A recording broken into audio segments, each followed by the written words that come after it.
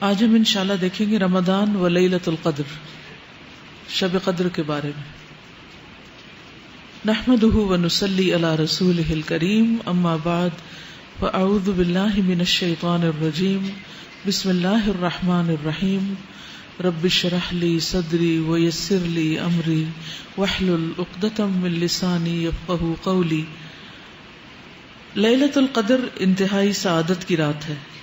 اسی رات قرآن مجید نازل ہوا جو انسانوں کی ہدایت کا ذریعہ ہے۔ لیلۃ القدر خیر من الف شہر، لیلۃ القدر 1000 مہینوں سے زیادہ بہتر ہے۔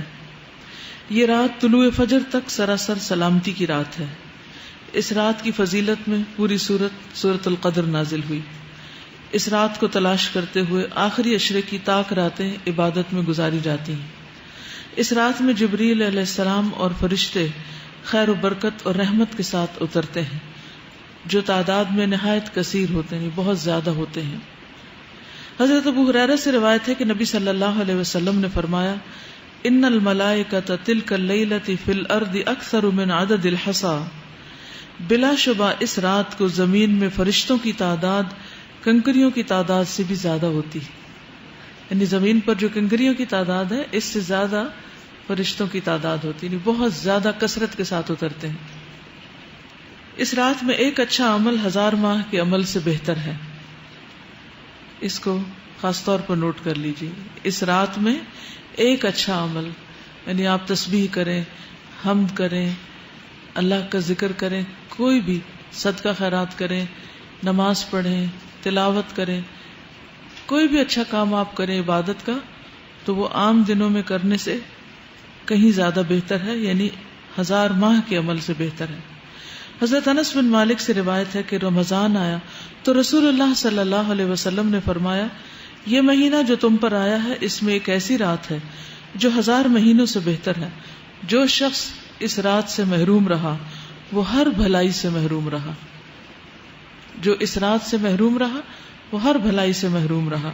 اس رات کی سعادت سے صرف بد نصیب کو ہی محروم کیا جاتا ہے۔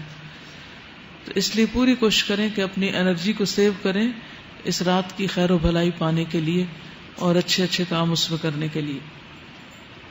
اصل بات ٹائم مینجمنٹ کی ہے۔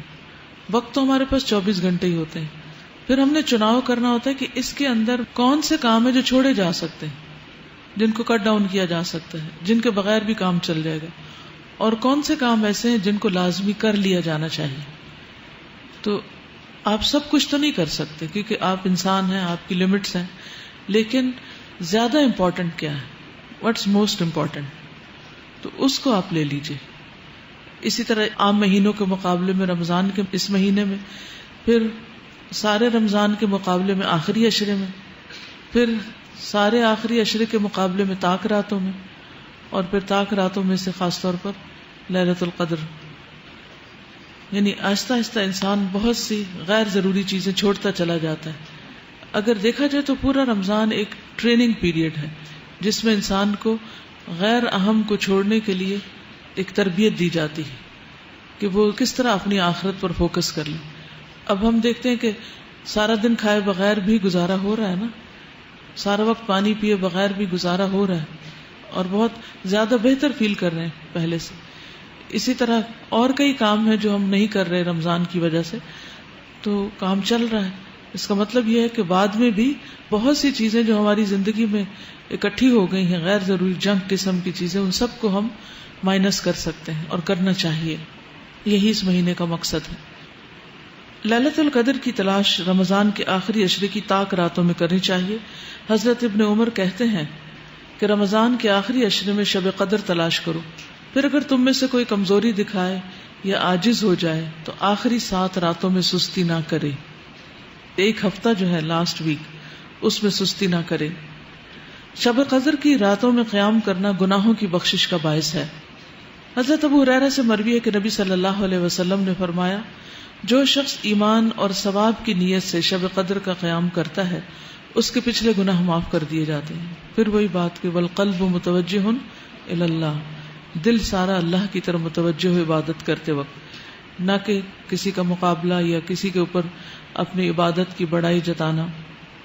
اجتماعی عبادت کی صورت میں کسی بھی قسم کے شور ہنگامے، یعنی جیسے لوگ مسجدوں میں اکٹھے ہوتے ہیں یا گھروں میں اکٹھے ہو جاتے ہیں کہ مل کے عبادت کر لیتے ہیں تاکہ اگر نیند آئے تو ایک دوسرے کو سپورٹ دیں اور جاگ سکیں، تو ایسی صورت میں اگر اکٹھے ہوں تو شور ہنگامہ، اونچی آوازوں میں باتیں نہیں کرنی چاہیے، گپ شپ نہیں ہونی چاہیے، لڑائی جھگڑے سے پرہیز کرنا چاہیے، اور پوری توجہ عبادت پر ہی رہنی چاہیے، اور ہر ایک کی اپنی اپنی رہنی چاہیے. ایسا نہ ہو کہ ایک دوسرے کو یاد دہانی کرانے میں ہی رات گزار دیں. کیونکہ عبادہ بن صامت سے مروی ہے رسول اللہ صلی اللہ علیہ وسلم ہمیں شب قدر کی خبر دینے کے لیے تشریف لا رہے تھے کہ دو مسلمان آپس میں جھگڑنے لگے. اس پر آپ نے فرمایا میں آیا تھا کہ تمہیں شب قدر بتا دوں، لیکن فلاں اور فلاں نے آپس میں جھگڑا کر لیا اور اس کا معین وقت مجھ سے اٹھا لیا گیا. امید ہے کہ تمہارے حق میں یہی بہتر ہوگا تاکہ تم ایک سے زیادہ راتیں عبادت کر سکو. لیکن حقیقت یہ ہے کہ آپس کے جھگڑے، فساد اور غیر ضروری چیزوں میں دلچسپی انسان کو بہت سی نیکیوں سے محروم کر دیتی. شب قدر کی علامتیں. رسول اللہ صلی اللہ علیہ وسلم نے فرمایا شب قدر کی صبح کو سورج کے بلند ہونے تک اس کی شعاع نہیں ہوتی، کرنیں نہیں ہوتی، وہ ایسا ہوتا ہے جیسے تھالی. پچھلی رات کا چاند کبھی دیکھا آپ نے؟ نہیں. جب چاند غروب ہو رہا ہوتا ہے تو بالکل ایک تھال کی طرح ہوتا ہے اور اس میں سے روشنی نہیں پھوٹ رہی ہوتی جسے فجر کے قریب آپ دیکھیں. تو اسی طرح جس رات شب قدر ہوتی ہے اگلے دن صبح سورج نکلتا ہے تو اس میں سے روشنی کی کرنیں نہیں پھوٹ رہی ہوتی، روشنی نہیں دے رہا ہوتا، یعنی سورج نظر تو آ رہا ہوتا ہے لیکن اس کی شکل مختلف ہوتی، آپ اس کو آنکھ بھر کے دیکھ سکتے ہیں. حضرت ابو ہریرہ سے روایت ہے کہ ہم نے رسول اللہ صلی اللہ علیہ وسلم کے پاس شب قدر کا ذکر کیا تو آپ نے فرمایا تم میں سے کون اسے شب قدر کو یاد رکھتا ہے؟ اس میں جب چاند نکلتا ہے تو ایسا ہوتا ہے جیسے بڑے تھال کا کنارہ، یعنی اس میں چاند نصف نہیں ہوتا بلکہ اس نصف کا بھی نصف ہو چکا ہوتا ہے. کنارہ یعنی کہ بالکل باریک ہو جاتا ہے. آخری راتوں کی طرف اشارہ ہے. حضرت ابن عباس سے مروی ہے کہ رسول اللہ صلی اللہ علیہ وسلم نے فرمایا شب قدر آسان اور معتدل رات ہے جس میں نہ گرمی ہوتی ہے نہ سردی ہوتی ہے. اس صبح کا سورج اس طرح طلوع ہوتا ہے کہ اس کی سرخی مدھم ہوتی، ڈل ہوتا ہے. حضرت زر سے روایت ہے انہوں نے کہا میں نے حضرت ابی بن کعب کو یہ فرماتے ہوئے سنا. ان سے کہا گیا کہ حضرت عبداللہ بن مسعود فرماتے ہیں کہ جو آدمی سارا سال قیام کرے وہ لیلۃ القدر کو پہنچ گیا. حضرت ابی فرمانے لگے کہ اللہ کی قسم جس کے سوا کوئی معبود نہیں وہ شب قدر رمضان میں ہے. وہ یقین کے ساتھ قسم کھاتے ہیں اللہ کی قسم بے شک میں جانتا ہوں وہ کون سی رات ہے. یہ وہی رات ہے جس میں اللہ کے رسول صلی اللہ علیہ وسلم نے ہمیں قیام کا حکم دیا تھا. اس رات کی صبح 27 تاریخ تھی اور اس کی علامت یہ تھی کہ سورج طلوع ہوا تو اس کی سفیدی میں شعاع نہ تھی.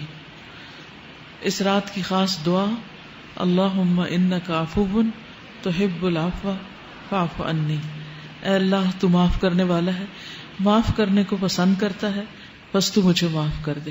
پڑھیے 3 دفعہ.